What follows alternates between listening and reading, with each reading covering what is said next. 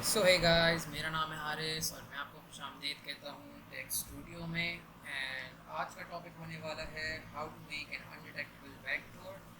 So basically आज हम जो हैं वो एक ऐसा बैकडोर जनरेट करने की कोशिश करने वाले हैं जो कि मोस्ट ऑफ द एंटीवायरसेस को जो है बाईपास कर जाएगा। सो ये एक मसला था हमारे पास कि हम जो भी पहले बैकडोर्स बनाया करते थे, नॉर्मल बैकडोर्स जो कि हम मेटास्प्लॉइट या किसी भी और फ्रेमवर्क को इस्तेमाल करके बनाते थे, तो वो जो बैकडोर्स होते थे वो बहुत आसानी के साथ किसी भी एंटीवायरस से डिटेक्ट हो जाते थे। अब एंटीवायरस इसको डिटेक्ट कर कैसे पाता था, वो एक नंबर ऑफ मेथड्स को इस्तेमाल करते हुए किसी भी बैकडोर को जो है ये फ्लैग कर देता था कि ये फ़ाइल जो है वो एक वायरस है या मलिशियस सॉफ्टवेयर है, तो इसको रन नहीं किया जा सकता इस मशीन पे। सो उनमें से जो सबसे मोस्ट कॉमन मेथड होता था कि जिसके ज़रिए वो ये डिटेक्ट करता था कि ये फ़ाइल वायरस है या नहीं है, वो ये था कि उसके पास एक डेटाबेस होता है किसी भी एंटीवायरस के पास, और उस डेटाबेस के अंदर मौजूद होते हैं अलग अलग फाइल्स के सिग्नेचर्स जो कि मलिशियस या वायरस फाइल्स होती हैं। सो उनमें से किसी भी फाइल के साथ अगर हमारे जो बैकडोर का सिग्नेचर मैच हो जाता था, सो वो उसको डिटेक्ट करके कहता था कि ये एक वायरस फाइल है और you should not execute this file on your PC. So हम ये करने वाले हैं कि आज हम एक ऐसा बैकडोर जनरेट करने की कोशिश करेंगे जो कि किसी भी एंटीवायरस को बहुत आसानी के साथ बाईपास करेगा। मैं ये नहीं कह रहा कि it will bypass 100% of the antiviruses, but most of the viruses, most of the common antiviruses. So without wasting any further time, let's get started.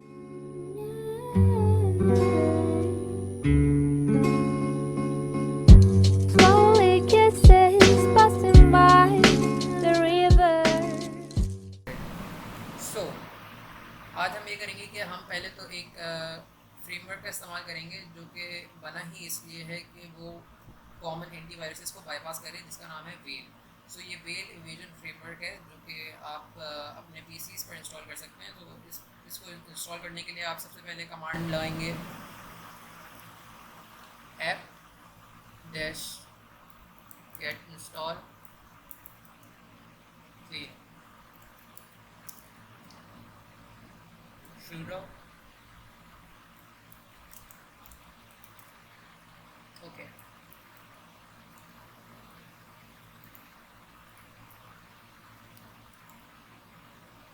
सो मेरे पास वेल पहले से ही इंस्टॉल्ड है।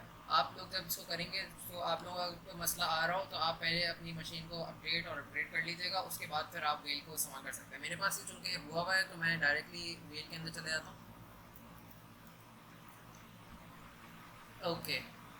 सो यहाँ पे हम लोग एवेजन का इस्तेमाल करेंगे। अब हमारे पास अवेलेबल टूल्स दो हैं, एक है ऑर्डिनेंस और एक है एवेजन। सो किसी भी टूल को इस्तेमाल करने के लिए आप सिंपली कमांड करेंगे यूज़ एंड देन आप कौन सी चीज़ इस्तेमाल करना चाहते हैं, तो हम एवेजन इस्तेमाल करना चाहते हैं। सो एवेजन का जो नंबर है वो है 1। सो हम यहाँ पे 1 टाइप करेंगे। अब हमारे पास 41 पेलोड्स इस वक्त अवेलेबल हैं इधर, तो हम उनकी लिस्ट एक मरतबा चेक कर लेते हैं कि कौन कौन से पेलोड्स हमारे पास अवेलेबल हैं इस वक्त। तो लिस्ट, सो यहाँ पे हमारे पास मौजूदा बैकडोर्स की लिस्ट आ चुकी है। सो हम लोग जो है आज एक पावर शेल का बैकडोर इस्तेमाल करने वाले हैं जिसका नंबर है 22। सो हम बेसिकली अभी डायरेक्ट इसको यूज़ करके इस्तेमाल में ले लेते हैं। अब यहाँ पे हमारे पास काफ़ी सारी चीज़ें हैं। तो एक एल होस्ट हमें सेट करना पड़ेगा जो लिसनिंग होस्ट होगा हमारा, और एक एल पोर्ट जिसके ऊपर हम लिसन कर रहे होंगे। तो डिफ़ॉल्ट में पोर्ट 4 इसके ऊपर सेट हुआ है, तो हम अपना एल होस्ट सेट कर लेते हैं जो कि हमारा लोकल आईपी होने वाला है।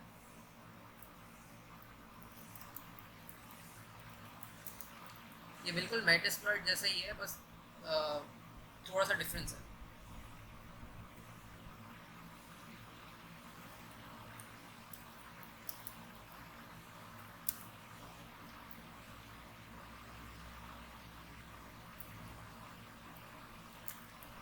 ओके। सो हम यहाँ पे जनरेट कर लेंगे इस पेलोड को।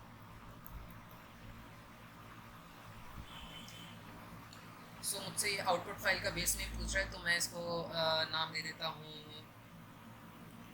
टेस्टिंग। ओके, सो हमारा जो पेलोड है वो इसको जनरेट हो चुका है। ये एक बेट फाइल है, सो BAT की। तो इसको हम कन्वर्ट कर लेंगे एक्जी के अंदर।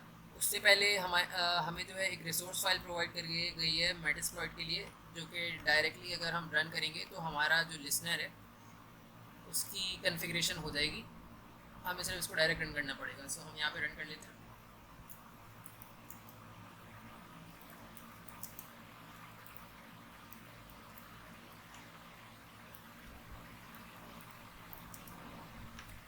और हमारी रिसोर्स फाइल का पाथ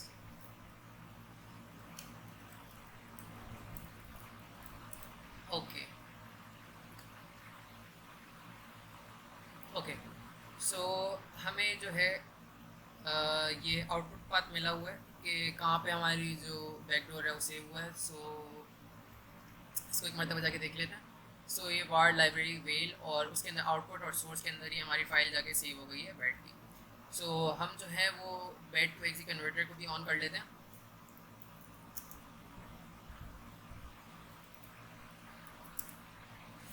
ओके, सो ये एक एग्जीक्यूटेबल फाइल है। इसका लिंक जो है मैं डिस्क्रिप्शन में दे दूंगा कि ये जो सॉफ्टवेयर है, सो आप वहाँ से इसको इंस्टॉल कर सकते हैं। ये एक गिटहब का लिंक होगा। बेसिकली एक एक्जी फाइल होगी जिसको आप बाइंड के थ्रू रन कर सकते हैं। ओके, सो हमारा मेटास्प्लॉइट भी अभी से रन हो रहा है। ये लिसन करना शुरू हो जाएगा। हमारा लिसनर ऑन हुआ है। एक मरतबा जॉब्स देख लेते हैं फिर।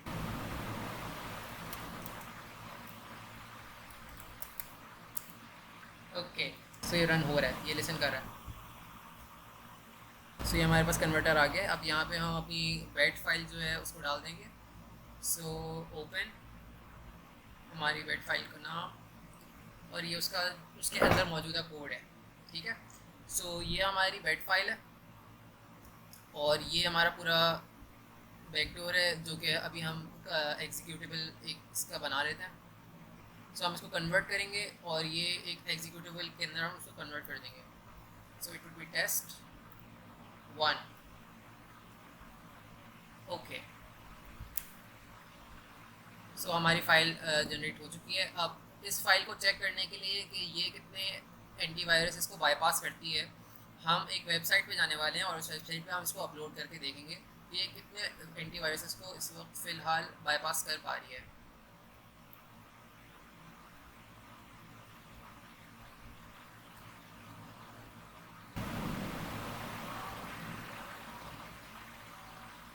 ओके, हम अपनी फ़ाइल को स्कैन करने के लिए जिस वेबसाइट का इस्तेमाल करने वाले हैं वो है वायरस.टोकन। सो यहाँ पे मैंने ये वेबसाइट खोल ली है। अब यहाँ पे हमने जो एक वायरस बनाया था, बैकडोर जो बनाया था, उसको हम चेक कर लेते हैं कि वो कितनी एंटीवायरस इसको फ़िलहाल बाईपास कर पा रहा है। ओके, सो यहाँ पे हम अपनी फ़ाइल को अपलोड कर देंगे, और कंफर्म अपलोड करके ये उसको स्कैन करेगा। अब थोड़ी देर तक ये उसको अलग अलग एंटीवायरस के साथ स्कैन करवाएगा। इसके पास एक बहुत बड़ी लिस्ट है ऑफ एंटीवायरस अवेलेबल होते हैं, तो ये हर एंटीवायरस के साथ गो थ्रू करेगा। अबाउट 70 to 80 एंटीवायरस इसके पास अवेलेबल होते हैं। इसने अभी तक 33 एंटीवायरस के साथ स्कैन किया है।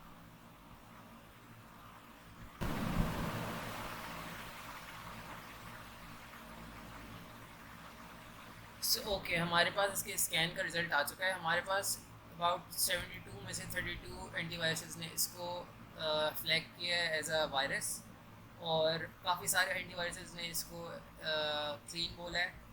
इसके अंदर अवास्ट मोबाइल है। अवास्ट एक काफ़ी रिनोन्ड एंटीवायरस है। AVG काफ़ी रिनोन्ड एंटीवायरस है, तो इसको ये बाईपास कर चुका है इसी वक्त। बट हम अब कोशिश करेंगे कि ये और भी बहुत सारे एंटीवायरस को जो है वो बाईपास कर लें। मैकेफी भी काफ़ी रिनोन्ड एंटीवायरस है। सो अब हमारी कोशिश होगी कि इस एंटीवायरस को और ज़्यादा अनडिटेक्टेबल बनाया जा सके। तो उसके लिए हम क्या करेंगे कि इसका जो ये कोड है, हम इसको थोड़ा जो है वो एडिट करने की कोशिश करेंगे। अब इसके लिए ज़रूरी नहीं है कि आपको पावर शेल की स्क्रिप्टिंग आती हो या बहुत ज़्यादा आपको नॉलेज हो पावर शेल की, ये बिल्कुल ज़रूरी नहीं है। आपको बहुत बेसिक सी प्रोग्रामिंग की नॉलेज चाहिए, जिसके अंदर इफ़ स्टेटमेंट्स को पढ़ना आना चाहिए, आपको इफ़ एल्स को समझना आना चाहिए, बस दैट्स इट। आपको और कुछ नहीं चाहिए, आपको बस इंग्लिश पढ़नी आनी चाहिए। तो यहाँ पे हम इसको पढ़ना शुरू करते हैं। If processor architecture is 86 then execute this whole thing.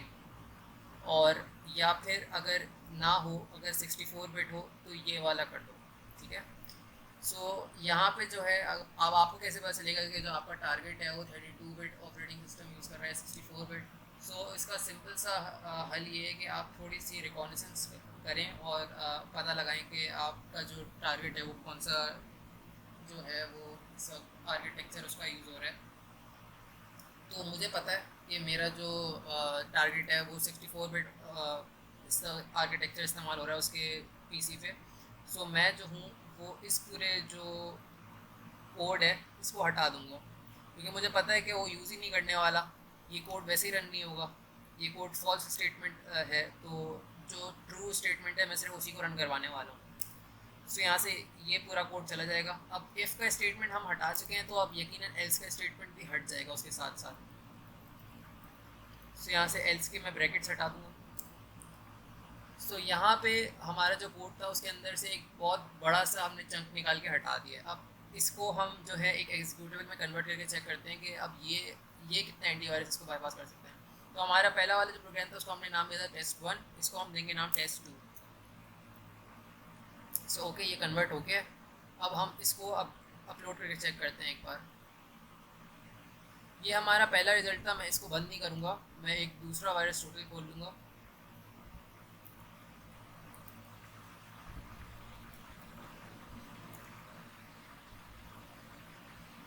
सो यहाँ पे आपने देखा था 32 एंटीवायरस ने इसको डिटेक्ट कर लिया था।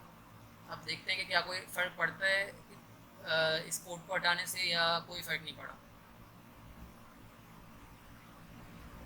ये बेसिकली एक ट्रायल एंड एरर प्रोसेस है कि आप बार बार एक्सपेरिमेंट करते जाओगे कि किस किस टैग के साथ क्या क्या आपको रिज़ल्ट मिल रहा है बार बार, और किसके साथ ज़्यादा एंटीवायरसेस जो हैं वो बाईपास हो पा रहे हैं। सो ये एक ट्रायल एंड एरर का प्रोसेस है। आपको बार बार कोशिश करनी है, आपको अपनी क्रिएटिविटी लगानी है इसके ऊपर।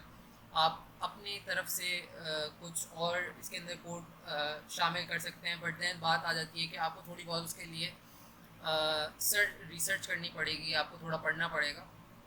बट अगर आप इंटरेस्टेड हैं तो आप ज़रूर मैं समझता हूँ कि आप कर लेंगे, कोई इशू वाली बात नहीं है। गूगल अवेलेबल है, सबके पास अवेलेबल है। जो अगर ये वीडियो अगर कोई देख रहा है तो जाहिर सी बात है उसके पास गूगल अवेलेबल होगा। तो आप गूगल से थोड़ी बहुत रिसर्च करें एंड कोई ज़्यादा इशू नहीं होता, कोई इतना कोई हार्ड एंड फास्ट नहीं है, कोई रॉकेट साइंस नहीं है, बहुत आसान चीज़ है, आप इजीली समझ सकते हैं। सो हमने अपनी सेकंड फाइल को अभी से अपलोड किया। अब चेक करते हैं कि ये किसी एंटीवायरस को बाईपास, ज़्यादा एंटीवायरस को बाईपास कर पाती है या नहीं, या इसका रिज़ल्ट और भी बुरा हो जाता है।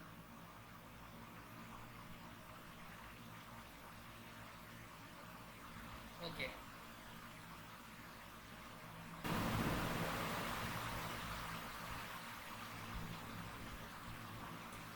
ओके, सो हमारे पास सेकंड रिजल्ट जो हमने सेकंड एग्जीक्यूटिव बनाई थी उसका रिजल्ट आ चुका है।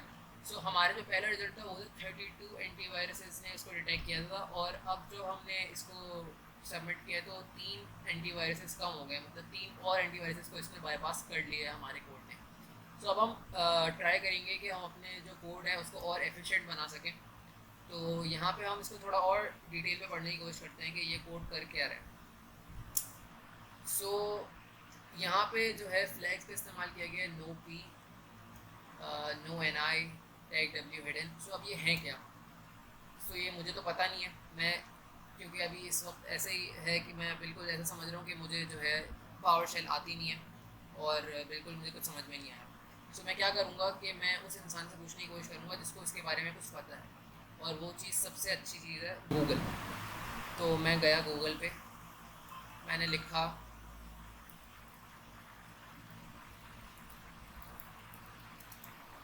PowerShell.exe commands.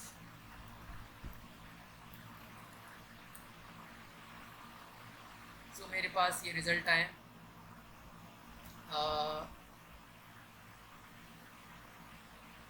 तो यहाँ पे मुझे हर एक टैग के बारे में मुझे पता चल जाएगा कि कौन कौन सा टैग क्या कर रहा है उधर। ओके, सो अब हम देख लेते हैं कि हमारा जो कोड था उसके अंदर कौन कौन से टैग इस्तेमाल किए गए हैं। तो यहाँ पे पहला जो टैग इस्तेमाल किया गया है वो है नो पी।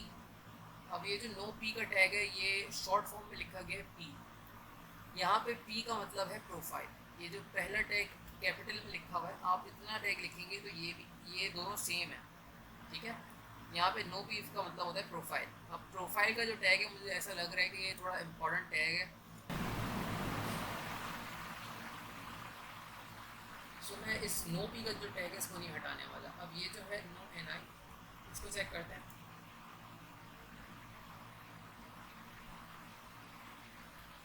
सो ये नॉन इंटरेक्टिव है। तो नॉन इंटरेक्टिव का मतलब है कि जो प्रॉम्प्ट नज़र आएगा यूज़र को वो एक नॉन इंटरेक्टिव सा बेसिकली नॉन इंटरेक्टिव सी स्क्रीन नज़र आएगी उसे। सो मुझे नहीं लगता ऐसा कुछ ना काम है, सो मैं इसको हटाने वाला हूँ। Again it's a trial and error process. आप इसको हटा के आप चेक कर सकते हैं। अगर आपका प्रोग्राम बहुत स्ट्रेंजली वियर्डली बिहेव कर रहा हो तो आप इसको वापस डाल सकते हैं। मैं इसको हटा दूँगा और मेरा जो पुराना वाला नो पी का टैग था उसको मैं नो प्रोफाइल पूरा लिख दूँगा।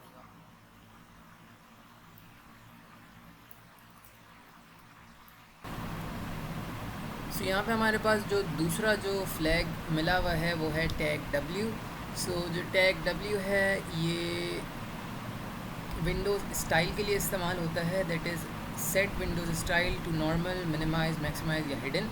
हम नहीं चाहते कि जो हमारा जो प्रोग्राम रन हो वो एक अजीब सा पॉपअप जनरेट करे, लाइक ब्लैक स्क्रीन या ब्लू स्क्रीन जनरेट करे जिससे यूज़र को कुछ भी शक हो कि ये कोई मलिशियस फाइल है या नहीं। तो हम चाहते हैं कि वो जो स्टाइल है वो हिडन ही रहे।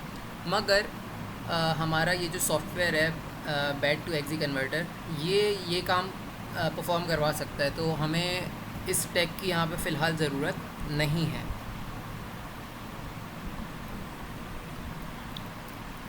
ओके, सो हमारे पास जो अगला हमारे पास टैग है वो है एग्जीक्यूट बाईपास। अब ये एग्जीक्यूट का क्या मतलब है? ये है एग्जीक्यूशन पॉलिसी। अब एग्जीक्यूशन पॉलिसी कुछ पॉलिसीज़ हो सकती हैं जो कि हमारे बैकडोर को रन होने से जो है वो रोकें, तो उसको बाईपास करने के लिए ये वाला टैग लगाया गया है। अब मैं इसकी भी फुल फॉर्म इधर लिखूँगा।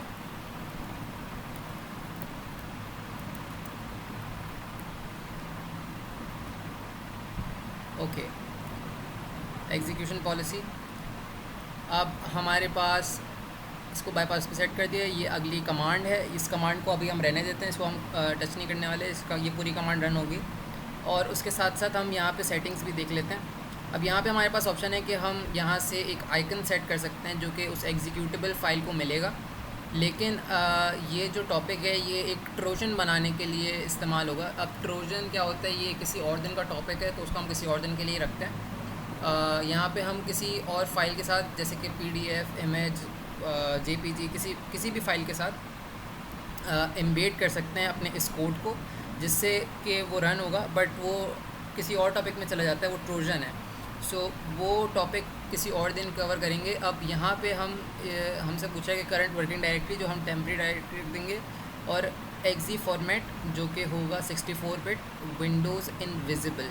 अब ये जो इनविजिबल है जो कि मैंने आपको बताया था कि वो जो हिडन था ना, वो उसका स्टाइल विंडोज़ का ये बिल्कुल वही काम करेगा कि उसके जो जब एग्जीक्यूट होगा तो कोई उसको पॉपअप विंडो नज़र नहीं आएगी। और यहाँ पे हमें पैकर के अंदर कंप्रेशन का जो ऑप्शन है दिया गया है। अब मेरी आपको सलाह ये है कि ये मैंने यूज़ कर चुका हूँ ये पहले। तो ये जो था जब मैंने इसको ऑन किया था तो एंटीवायरसेस जिन्होंने इसको डिटेक्ट किया था उसकी तादाद डबल हो गई थी। तो ये मैंने जब इस वाले बैकडोर के साथ इस्तेमाल किया था तो ये काम नहीं किया था। तो मैं मेरे साथ हो सकता है काम नहीं किया हो। आप अलग अलग बैकडोर्स के साथ ये करके चेक करें। अलग अलग बैकडोर्स को लें, उनको एडिट करें और उनके साथ करके चेक करें। हो सकता है कि आपको डिफरेंट रिज़ल्ट मिले। सो अब हम जो हैं अपनी फ़ाइल एक एग्जीक्यूटेबल बना लेते हैं।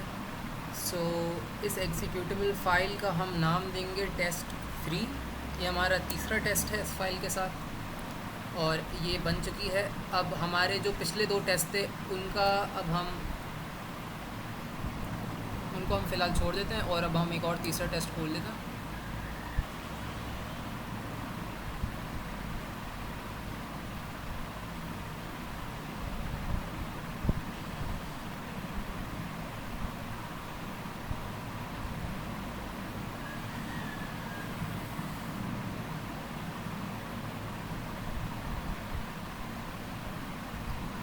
चेक करते हैं कि ये फ़ाइल कितने एंटीवायरस को कर पाती है बाईपास।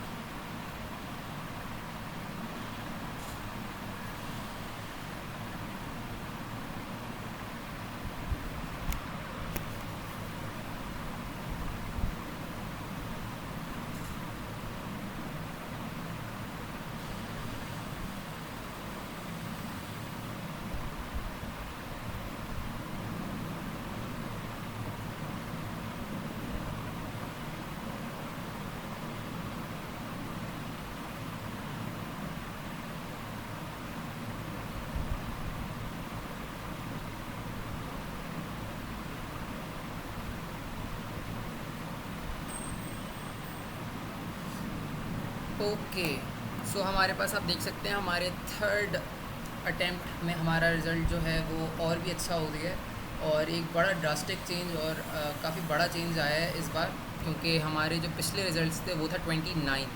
इस बार सीधा 29 से हम 9 पे आ गए और हमारे पास 20 और एंटीवायरसेस को इस बैकडोर ने बाईपास कर लिया है। अब इस बैकडोर को बिल्कुल अनडिटेक्टेबल बनाया जा सकता है, ज़रूर बनाया जा सकता है, लेकिन उसके लिए हमें फ्रॉम स्क्रैच कोडिंग करनी पड़ेगी और वो कोडिंग हम खुद करेंगे। अब आप अपने ख़ुद के बैकडोर लिखना अब आपको सीखना पड़ेगा, क्योंकि ये ज़रूरी है कि किसी भी बैकडोर को अगर आपको अनडिटेक्टेबल बनाना है तो आपको एक ऐसी चीज़ बनानी होगी जो पहले किसी ने नहीं लिखी हुई, कि जिसके सिग्नेचर्स पहले किसी और एंटीवायरस फाइल के अंदर मौजूद ही नहीं है। इससे ये होगा कि आपका जो बैकडोर है वो खुद ब खुद ही ऑटोमेटिकली अनडिटेक्टेबल बन जाएगा। अब ये जो हमारे पास रिज़ल्ट आया है ये एक बहुत अच्छा रिज़ल्ट है। इसके अंदर हम बहुत अच्छे एंटीवायरसेस को आप चेक कर सकते हैं कि बाईपास कर रहे हैं, जिसके अंदर एडअवेयर है, अवास्ट है, अवेरा है और काफ़ी सारे हैं जो कि लोग काफ़ी यूज़ करते हैं। AVG है। मोस्ट ऑफ द एंटीवायरसेस जो कि बहुत रिनोन्ड हैं और उन्हें लोग यूज़ करते हैं, उन्हें ये बाईपास कर पा रहा है। विंडोज़ डिफेंडर को भी ये काफ़ी आसानी के साथ बाईपास कर पा रहा है। सो किसी भी विंडोज़ मशीन को इसके ऊपर अगर उनके पास जो बहुत फेमस एंटीवायरसेस हैं या विंडोज़ डिफेंडर चल रहा है तो वो उसको बाईपास बहुत आसानी के साथ कर जाएगा और आपका जो पेलोड है वो आसानी के साथ एग्जीक्यूट हो जाएगा, आपको उसका रिमोट एक्सेस मिल जाएगा। सो ये एक सिंपल तरीका था जो मैं आपको दिखाना चाहता था कि जिसके ज़रिए आप जो हैं किसी भी या मोस्ट ऑफ द एंटीवायरसेस को जो है बाईपास कर सकते हैं। सो उम्मीद करता हूँ कि आपको आज की वीडियो पसंद आई होगी। So please do like, subscribe and share my video, and if you haven't already please click that bell icon to never miss a video from Tech Studio.